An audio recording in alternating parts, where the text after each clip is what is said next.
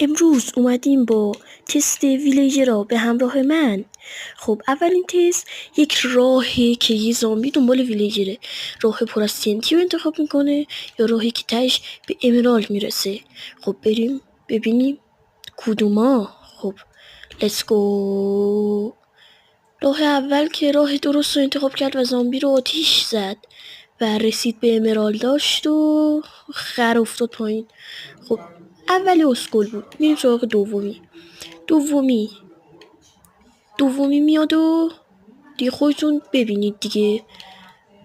برو درسته. ای جفتش این خراب بود، ولی خب این زامبی هم میندازیم پایین. بعدی خب اینو سولسند ولی که میتونه زامبی اونو اونجا بکشه یا راه امرالدی.